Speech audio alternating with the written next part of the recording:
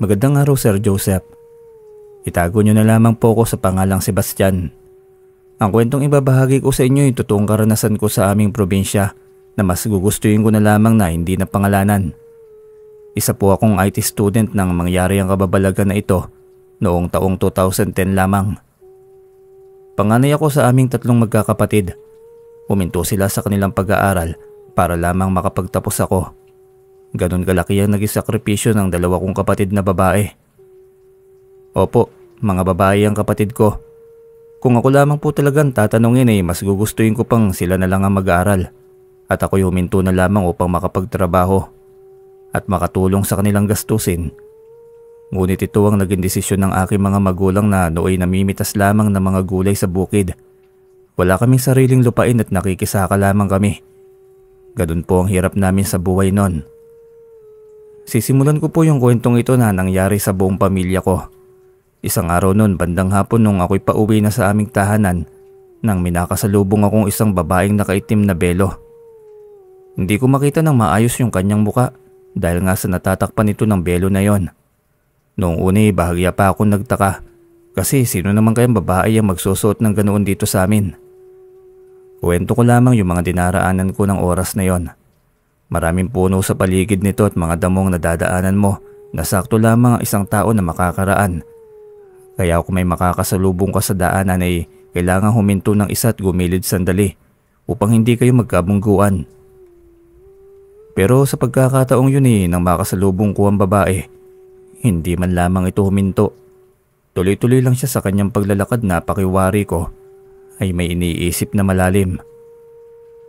At dahil nga sa napaisip ako ng mga oras na yon, lumingon ako sa kanya upang pagmasdan pang muli ang kanyang paglalakad. Ngunit halos magtayuan ang balahibo ko sa buo kong katawan nang makita ko ang babae na wala na ron sa akin likuran. Sa takot ko napatakbo pa ako ng lakad. Paanong napatakbo? Lumakad po ako ng sobrang bilis na hindi na lumilingon sa akin likuran. Pakiwari ko kasi ng mga oras na yun na ang babae nasa likod ko lamang at humahabol pa rin sa akin. Nang makailang minuto na siguro na ganun ang ginagawa ko, nakarinig ako ng isang sigaw ng pamilyar sa akin. Boses ito ng kapatid kong babae na tinatawag ako sa may hindi kalayuan. Nung lumingon naman ako sa bandang kanang bahagi ko, nakita ko ang kapatid kong si Lena.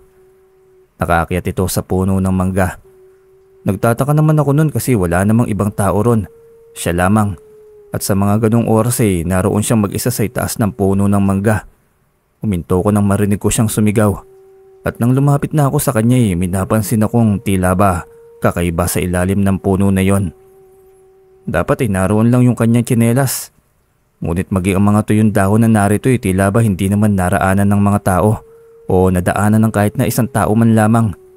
Masasabi mo talagang walang tao ang dumaan doon upang akyatin ang mangga na yon. Kaya naman napaisip ako kung paano nakarating doon ang aking kapatid. Yan ang tumatakbo sa isipan ko ng mga sandaling yon. Pero wala naman akong magagawa pa. Sinabihan ko siyang bumaba sa puno na yon at sumabay na sa aking pag-uwi. Bumaba naman si Lena na nooy nasa 12 taong gulang pa lamang. Nawala sa isip ko ang pagtataka dahil naalala kong ako ang dahilan kung bakit wala sila sa paaralan ng mga oras na yon. Agad ko nang sinabi sa kanya na sumunod siya sa akin at uuwi na kami sa bahay. Nakita ko naman na humakbang na rin ito kaya tuloy-tuloy na kami sa paglalakad. Pero nang mapansin ko si Lena na tila ba hindi nagsasalita at napakatahimik lamang, agad ako nagtanong sa kanya kung ayos lang ba siya. Tumango naman ito bilang kanyang pagtugon sa akin. Nang malapit na nga kami sa aming bahay, halos doon na magtayo ang muli ang mga balahibo ko sa katawan. Nang makita ko si Lena na tumatakbo papalapit sa akin at isinisigaw niya ang salitang kuya, kung saan iyon ang madalas niyang gawin sa tuwing pauwi na ako sa amin.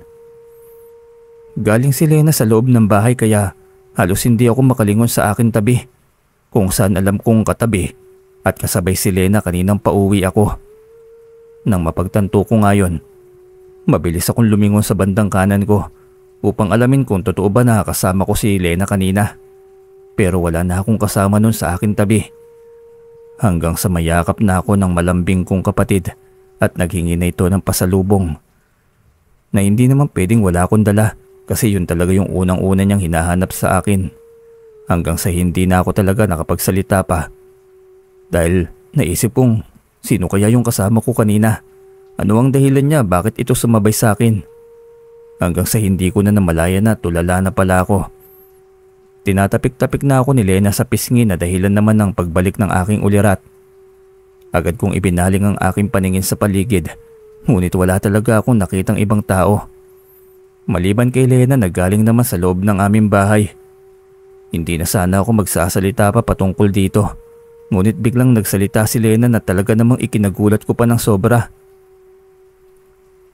Kuya, kala ko kanina may kasama kang kaklase mo, pero nung papalapit na ako sa iyo bigla naman siyang nawala. Doon na ako kinabahan ng gusto. Hindi lang pala ako nakakita sa babaeng sumabay sa akin, at saka bakit niya ginaya yung kapatid ko. Mga tanong na paulit-ulit na umiikot sa aking isipan noong mga oras na yon. Hanggang sa hindi na lamang ako kumibo at niyaya ko na si Lena na magtungo na sa loob ng aming tahanan. Hanggang noong gabi nga na yon, kasalukuyan kaming kumakain ng hapunan nang biglang narinig namin ang napakalakas na pagkakabalibag ng bintana. Yun pong nakabukas naming bintana na tila ba may kung sino ang nagsara nito ng padabog. Wala namang ibang pwedeng gumawa nun dahil kumpleto ang pamilya na naroon sa hapagkainan. Agad na tumayo ang Itay. Alam kong galit ito dahil sa pinakaayaw nun ay yung naiistorbo ang aming pagkain. Ngunit laking gulat na lamang namin nila Inay at ng dalawa ko pang kapatid nang biglang mapatras si Itay. Agad na tumayo si Inay at hinawakan ng kamay ng dalawa kong kapatid na babae at saka sinabi sa akin na sumunod daw ako sa kanila papasok sa aming kwarto. Wala kaming kamali-mali nun sa mga nangyayari. Ngunit bago ako makapasok sa kwarto, nakita kong kinuha ni Itay ang kanyang buntot pagi. Naroon lamang sa ilalim ng lagayan ng mga gamit niya sa bukid, katulad ng binakuko at ng mga lawit. Nang makita ko ngayon, naisip kong baka may masamang elemento o nilalang na gumagambala sa amin ng mga sandaling yon. Hanggang sa lumipas po ang mga nasa 10 minuto, wala na kaming naririnig na kakaiba. Pero noong nasa loob kami ng kwarto ay dinig na dinig naming magkakapatid kung paano sumisigaw ang Itay na mayroong aswang daw. Sigaw siya ng sigaw na may aswang at naririnig din namin ang bawat paghambas niya ng buntot pagi. Nang mapansin nga naming wala na kaming naririnig na ingay mula sa kanila, agad na kaming lumabas mula sa kwarto na yon. Doon ko na naabutan ng Itay na mayroong kalmot sa kanyang tagiliran. Isang napakalalim na sugat ang kanyang natamo sa nilalang na kanyang nakainkwentro. Ang sabi ni Itay, akala daw niya ay katapusan na niya ng mga sandaling yon. Ngunit hindi niya may paliwanag kung bakit tila natakot ang asubang na kanyang nakasagupa nang may naramdaman siyang kakaiba sa paligid. Agad namang nagtanong ang Inay tungkol sa sinasabi nitong kakaiba. Ngunit hindi nagbigay ng tugon si Itay at tumitig lamang ito sa kapatid kong si Lena. Wala din akong ideya nun kung ano bang nais ipahiwatig ni Itay sa amin. Pero malakas ang kutob ko na yung babaeng nakasalubong ko at ang nagpanggap na si Lena ang dahilan nun. Lumipas din yung gabing yon na naroon pa rin ang sugat sa tagiliran ni Itay. At bukas na lamang daw nila dadalhin sa manggagamot upang maalis at baka may lason pang naroroon. Ngunit sa hindi sadyang pangyayari, noong madaling araw na magising ako, narinig ko ang pinag-uusapan ng aking mga magulang tungkol doon sa nangyari kagabi. Nagpapasalamat talaga ako kay Lenny. Kundi siguro sa kanya baka wala na ako. Wika pa ni Itay. Nagtaka ako nun sa sinabi nitong pangalan kasi Lena ang pangalan ng kapatid ko. Pero bakit Lenny ang kanyang nabanggit? Seryoso po ako, Sir Joseph. Huwag sanang haluan ng politika o ng kung ano-ano itong kwento ko dahil lamang sa kapangalan ng aking nabanggit. Noon nga nabanggit niya yon, napansin ko naman ang Inay na biglang tumahimik at hindi na nagbigay ng tugon kay Itay. Lalo na nang mapansin nilang naroon na ako sa pinto ng kwarto na nakatayo na. "O Sebastian, gising ka na pala. Kanina ka pa ba dyan?" Opo Itay. Narinig ko po ang pag-uusap nyo. Sino po ba si Lenny?" Nagtingi na ng aking mga magulang noong mga sandaling yon. At napabuntong hininga pa ang Inay bago ito magsalita. Napansin ko naman ang itay na bigla na lamang yumuko at tila ba ayaw nitong magsabi ng kanyang saloobin. Sebastian anak, huwag ka sanang magsasalita sa mga kapatid mo tungkol dito. Tugon ni inay na bahagya pang nag-iisip o nag-aalinlangan kung sasabihin ba niya sa akin ang kanyang nalalaman. Hanggang sa sinabi naman niya na, si Lenny kasi, siya ang kakambal ng iyong kapatid na si Lena, pero kakaiba siya, Sebastian. Noong bata ka pa, may isang nilalangan ng ligaw sa akin at nang magbuntis ako kay Lena, doon ko nalaman na may kasabay pala siyang isang nilalang. Hindi ito normal na tao. Mahirap man ipaliwanag ngunit nang maisilang ko ang kambal, tuwang-tuwa pa kami noon ng itay mo. Ngunit ilang sandali lang ang lumipas, yung engkanto na nanliligaw sa akin noon ay biglang lumitaw at kinuha niya ang isa sa mga sanggol. Yun na nga si Lenny. Wala namang kaming nagawa nun dahil maging ang komadrone natatakot din. Iyak na lamang kami ng iyak ng itay mo. Ngunit lumipas ang 7 taon, lagi nang may bata ang dumadalaw dito sa atin at kamukhang kamukha siya ni Lena. Kaya naisip namin na siyang anak ko, ang kakambal ni Lena. Madamdaming paliwanag pa ng inay. Siya po ba yung nakabelong itim? Nakita mo rin ba siya? Opo, sinabayan niya nga ako kahapon sa paglalakad pa uwi. Akala ko nga si Lena yun eh, pero bigla na lang itong nawala.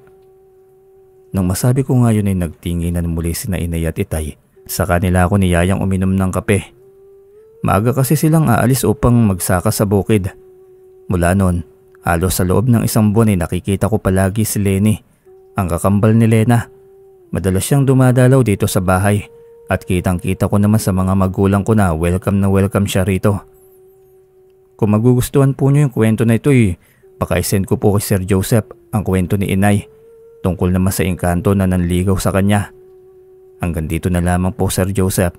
Maraming salamat po at mabuhay po kayo.